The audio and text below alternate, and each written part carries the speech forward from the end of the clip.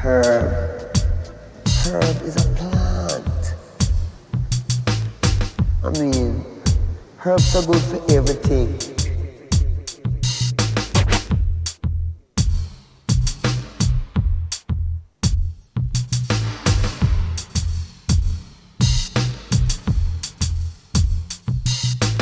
Herb.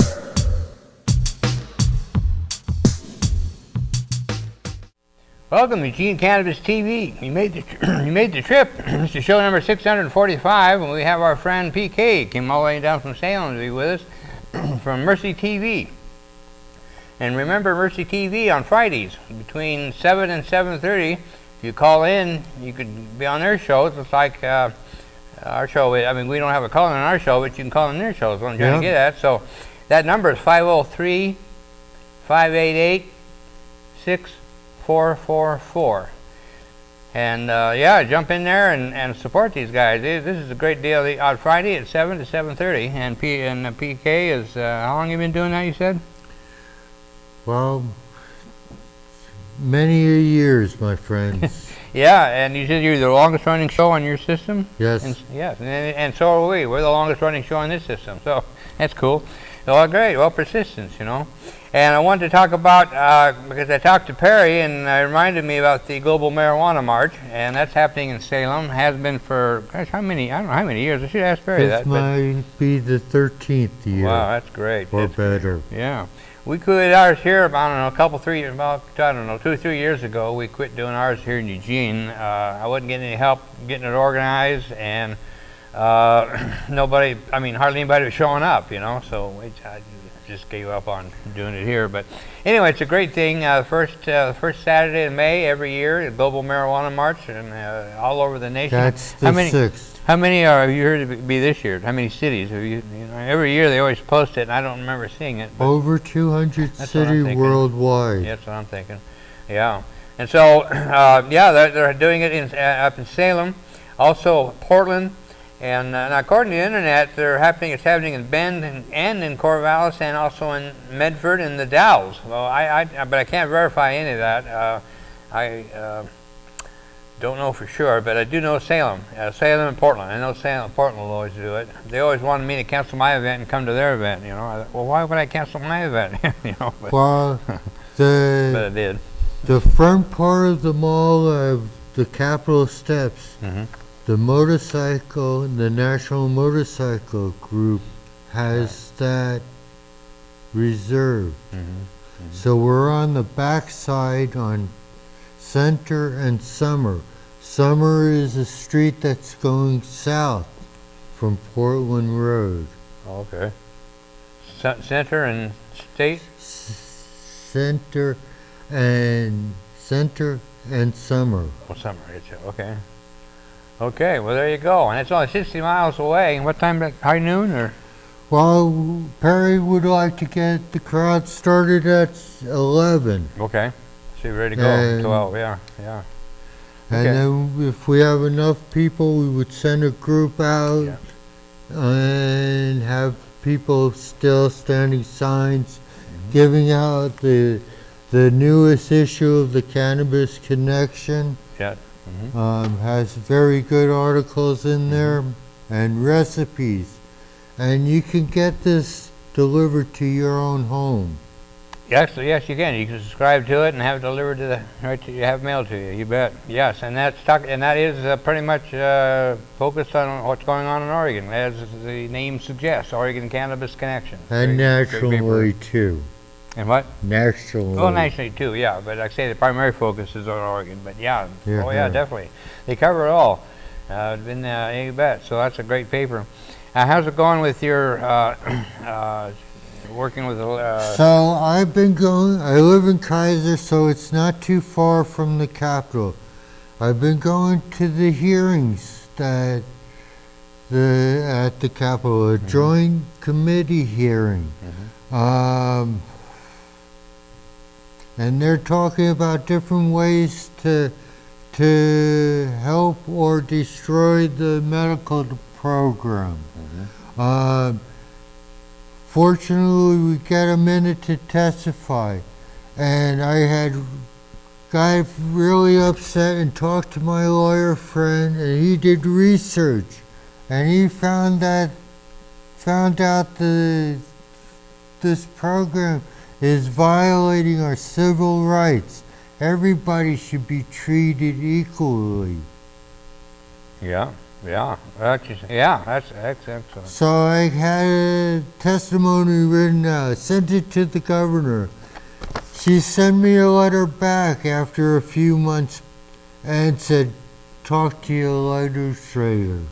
So at every hearing that I go to, I get a copy, and the senators and representatives get a copy of my testimonial. I made personal reservations, conversations with them, or appointments. And everybody needs to do that. That's just what I was thinking. Go ahead. Yeah. Because eye to eye, but if you can email your resident and tell them your opinion.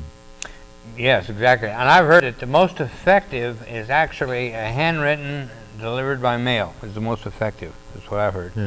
The email is, of course, a lot easier, but they have a much more of a tendency to ignore emails, from what I understand, as opposed to a personally sent letter.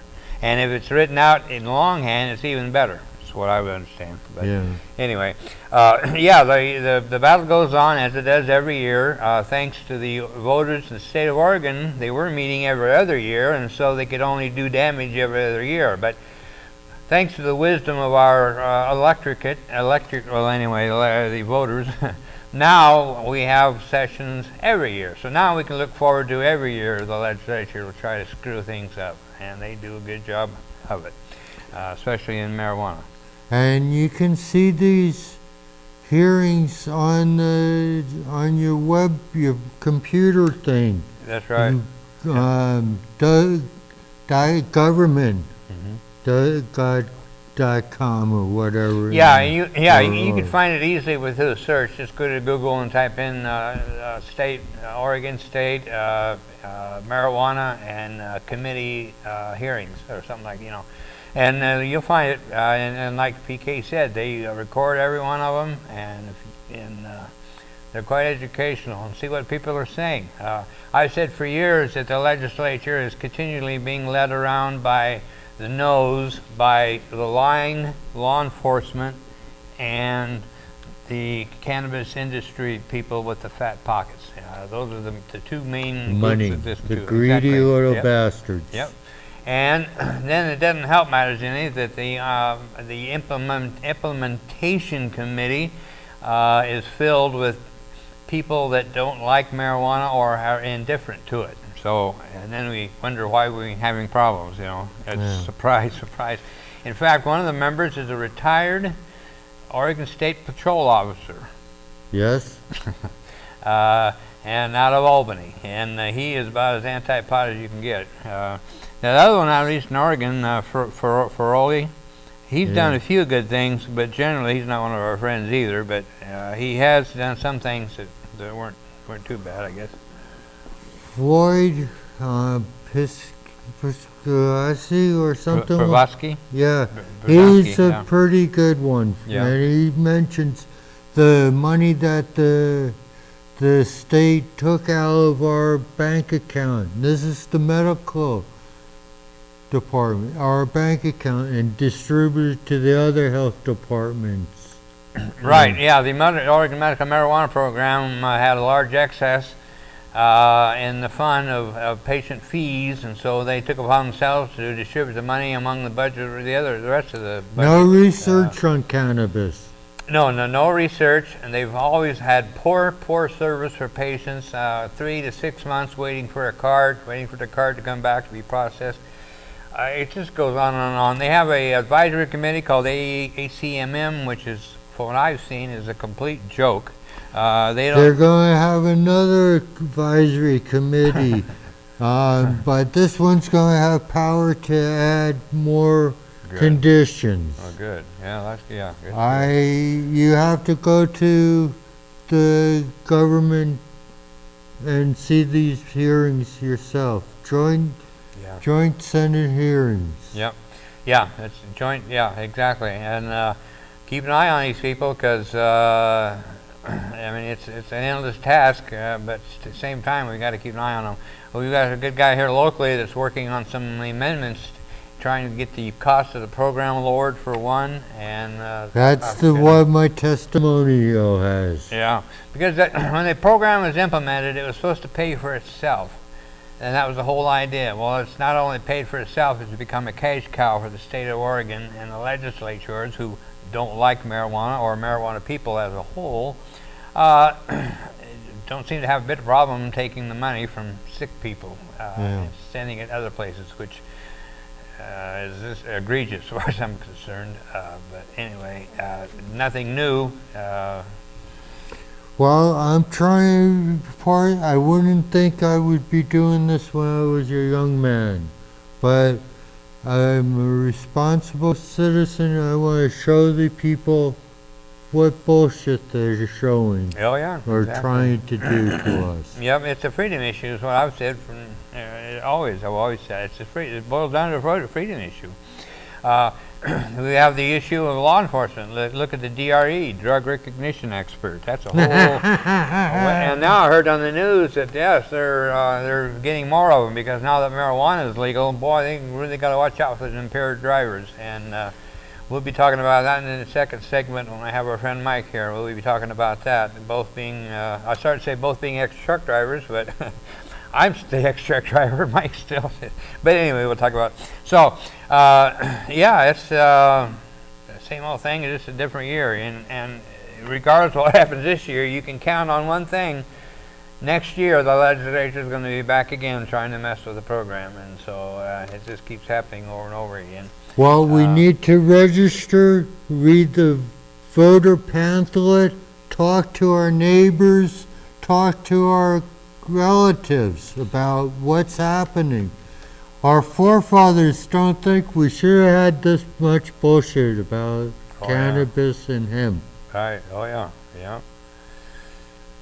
Yeah, and it's like I said, it's a freedom issue, and so yeah, the Oregon Cannabis Connection newspaper, and check out it's on the course on the website. I mean on the internet. It's forgotten. Anyway, do a search on it. I've forgotten the website offhand, but very supportive. They've been responsive to the Hempfest for well, more than several years.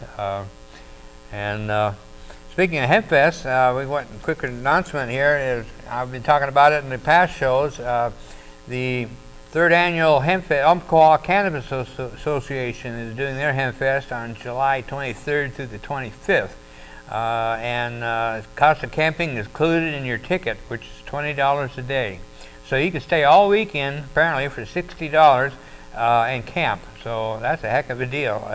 Great music, and these are nice, great people. And so this is their third or fourth year. I've forgotten. I haven't even made it myself. I met the people, but I haven't been down to their event. But anyway, that's coming up, so be sure and put that on your calendar. And I went to the Oregon Marijuana Business Conference. No, I take it back. I was going to go to the Oregon Marijuana Business Conference, but didn't make that one. I was on the 28th, one-day event, which was $149. Whoa. So, but anyway, I wanted to check it out and I didn't make it. So, and the 420 was a great 420 this year. So, anyway, we're going to be back for the second half. So stick around. Have a good one, folks. You bet. My garden. You betcha. And thanks a lot, Peke, for coming.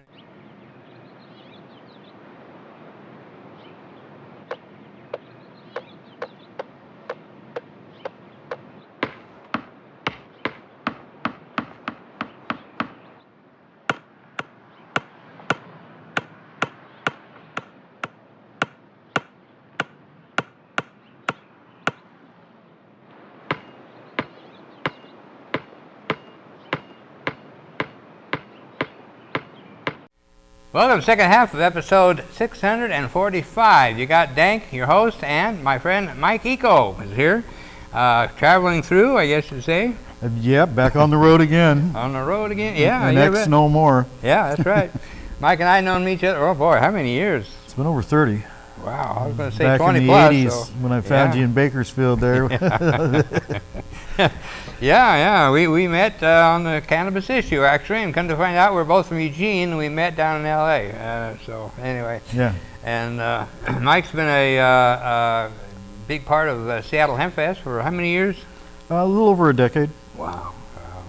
Yeah, Mike. And so, yeah, been around the middle. You know, I've said many times, Mike has blessed me many times. Well, thank we you. went to the air show up in Canada. Yeah. I'll never forget that. We went to fun. the Pink Floyd Pink concert Floyd, in Vancouver. the week after the Dead show. Oh my gosh, that was a time to. Oh my gosh, it was incredible. 25 years ago, my friend. Yeah. Oh, I didn't. We're getting old. Didn't have to mention that. Yeah. Anyway, so you're going back on the road. Is that going smoothly? Well, it is. But one thing I have to do is kind of act incommunicado. One thing I have noticed after legal weed has kind of swept the West Coast is that more employers are a little bit less tolerant of that fact. And so if you have any history, whether it be on social media or any kind of activism, they really don't want to hear about it because, of course, the feds own the highway.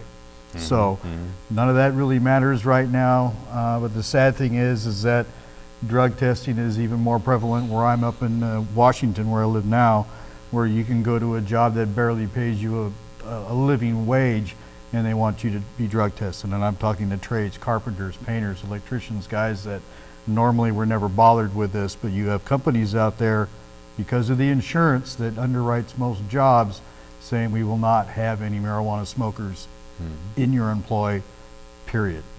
Yeah, I remember when they started drug testing truck drivers, you know, and I said, well, why? Why are they drug testing truck drivers? Well, it's a safety issue. I said, oh, okay. Sure. Well, what about the people that are actually in the enforcement of these laws? Do they have to take a drug test? No. Well, they don't. They have a good union, so they don't do that. Yeah. But I'm sorry, I didn't mean to interrupt. No, but one thing I have noticed is that you read about it in the news every now and then. There's a couple, a husband and a wife who were overdosed not too long ago, and they were taking, was it fentanyl? One of those opiate drugs that basically is out of your system within 28, 48 hours. So people don't smoke cannabis because, of course, your body doesn't react as a toxic substances in your system, so it lingers, right? So everybody's taking pills, they're drinking alcohol, and you know the problem with bad drivers is still here. Oh yeah. Now all you have to do is be upright and pass a urine test, and you got a job. Yeah, I know they've been saying for years that there's a driver shortage. Oh, there is. And I've been saying for years there's not a driver shortage, there's just a shortage of drivers that are willing to put up with the bullshit. Well, yeah, I mean back because when I quit, there were a lot of drivers. A lot of them were going to local jobs. They'd still be driving. They just quit on the highway. But a lot of people are getting off the highway when I my career ended. And yeah, so. I started flying airplanes. I figured if I'm going to get drug tested, I can't sit here and dodge four-wheelers all day long and not get a little bit anxious when I want to stop and slow down. And alcohol is not for me. Yeah. And in the state of Oregon, you know, we don't have a tolerance for impairment for marijuana. Okay. Unfortunately, much to everybody's chagrin, Washington set a 5 nanogram limit. Yeah. And there is no scientific proof for 5 nanograms. Many consider that to be way too low of a tolerance. So I'm not sure where we're going with this, but the thing is, I did see in the news that they're stepping up the DRE training here in Oregon, and so we have to really fight back with education. So I always want to remember to tell remember we had Ryan Michaels here a long time ago that told us, you say no to DRE, yes to P. So now, if you get pulled over and they say, do you, I forget the exact terminology, but something about, do you submit to a drug recognition analysis or something like that? Right. And it's just like it's just the same thing as if they say, may I search your car? And you always say no. They can't do anything. They'll try to intimidate you, and believe me, they will. But you never consent, because as Brian Michaels told us, if you say I don't consent and they go forward and find anything, he says it gives me something to work with. Right. However, if you give them permission and they find something, he says there's nothing I can do for you. So keep that in mind. It's illegal, but it's still a lot of danger. And don't the smell, you know, I need to be bringing in my plastic bags to show people, but the cooking bags, baking bags you can get in the cooking section of the supermarkets are only, I think there's 3 bags to a box, and they're less than $3 a box, so less than $1 a piece for these plastic bags that you put a roast in to bake.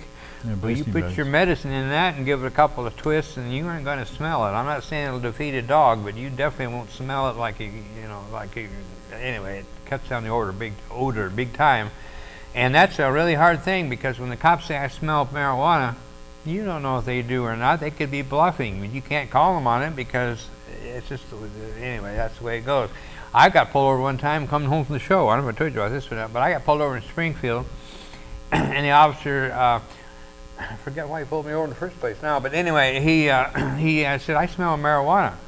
Do you have a card? And I said, well, yes, I do. And I showed him my medical marijuana card, and that was the end of it. He was happy as a clam and walked away. But the thing is, I got to thinking, yeah, right, you smelled it. And then the next day, because I got home from the show and I had a pot hat on and a pot t-shirt, you know. Right. And I figured, yeah, right, you smelled it. Well, next day I went to get something out of the car, and whoo! So apparently he probably did smell a little bit. I didn't smell it that night, but I sure did the next morning. So again, keep it in a plastic bag, keep the odor down, and that hopefully keep the cops away from you. You might even keep somebody from stealing your medicine if they can't smell it.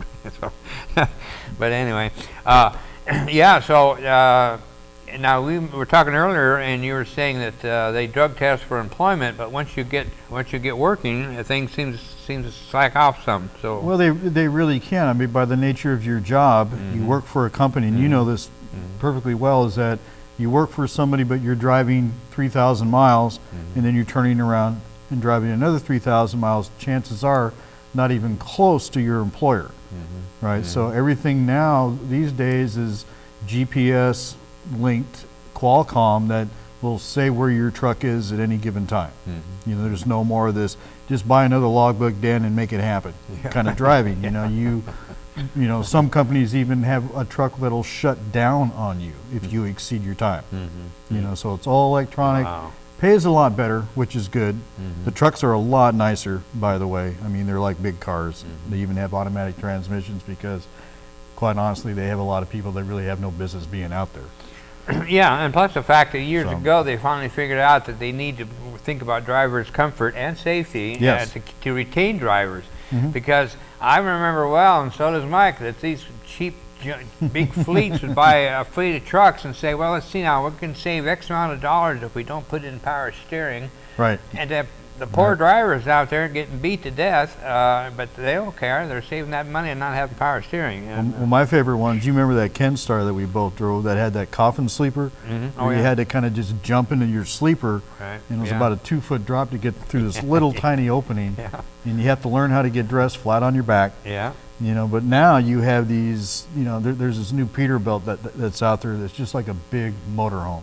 You got a refrigerator, you've got a microwave, you've got an inverter in there. I mean, for old part, I mean, some even have a little, you know, commode for you to use, you know, and bunk beds, lots of standing room. It seems to me a Volvo was the one that really got off that whole thing off the ground. Volvos are really popular, yeah. Volvos came out, and they were integral cab, sleeper, all one unit, big air ride truck and an air ride air ride seat like we always had, but now they got air ride cab too. So now you got three things sitting on air. And so I remember the guy telling me that he went down to look at a new one and took it out what we call bobtail, which means driving without a trailer. He took it out bobtail, and they ride a lot rougher that way because you don't have the weight. And so he said that he took that Volvo out for a test drive, and he said it rode better bobtailing than his truck did loaded. Oh yeah, yeah. Some of the trucks we drove back in the day would just beat you up. Yeah, oh yeah. I remember going across Nebraska, and the concrete was just wham, wham, wham, wham. And I don't mean a couple of times, I mean hour after hour of wham, wham. It amazed me how much the trucks could take. It really amazed me. Well, it makes a big difference now because Nebraska's gotten better. They've actually repaved the roads, but you can still get back east in Pennsylvania, West Virginia, some of these other places where if it wasn't for the new trucks that they have with all these features with the air ride suspension seats, cabs and all this, it would literally just fatigue you. Oh, yeah. I mean, it's yeah. So driver comfort is something that they do. They pay a lot better now. The only kind of drawback is, of course, they, have no tolerance at all for cannabis use. And years ago, I got in trouble for making cookies here in Lane County, and that still follows you around 21 years later. So I'm petitioning the governor here of Oregon, Kate Brown, so I can get my pardon and try to get this off my back, because it's really been impossible to continue in a profession. Flying's history. I'm too old to get back in that now. I'm in my 60s, but like you say, they're still looking for drivers, and it would really be beneficial because I could get onto a better driving job if I could just lose this. And if the governor would come out and say, yep, you're pardoned, like she said that you would have, that's your only violation. There's no violence involved, no crazy guns and this and that. We were making cookies, by the way, and 5.5 ounces of sticks and stems is what I got nailed for. Oh, yeah. So I'm hoping that happens in a timely manner, because I've got about 4.5 years left as a profession. The one thing I forgot about that incident was who answered the door when the cops came. Oh, he's getting ready to retire. He was a sergeant back then. No. I mean, you or Danbo. One of you two answered the door. It had a bong in your hand, or? Yeah, just a little tiny pipe. Yeah. And somebody was knocking at the door, and we said, "Okay, who's that?" And I opened the door, and I saw two guys dressed in black with helmets on. I go, "What the heck?" And shut the door, and they literally beat down the door, forced their way in, guns drawn. I said, "Hey!" And I was stupid, and I opened my mouth and said, we're just making cookies. And 2 statements was all I needed for a conviction. Wow. Because it's all about, basically, you plead to a lesser charge. And that's what I did. I mean, I was looking at 30 years and $300,000 for 5 ounces of sticks and stems. And up until that time, I had never even seen a real life marijuana plant. I did that night. Yeah. And the rest is history. Yeah, that was quite a time. Well, anyway, appreciate you coming in, Mike. It's good to see you again, Dan. You too. Glad the show's still going strong and you're still here. Yeah, you bet. Always looking for guests to come in, just like Peke and Mike did tonight. So come on in. Mondays at 5:30. So we got to hurry up and get where the show's going. So see ya. See you down the road. You bet. Thank you.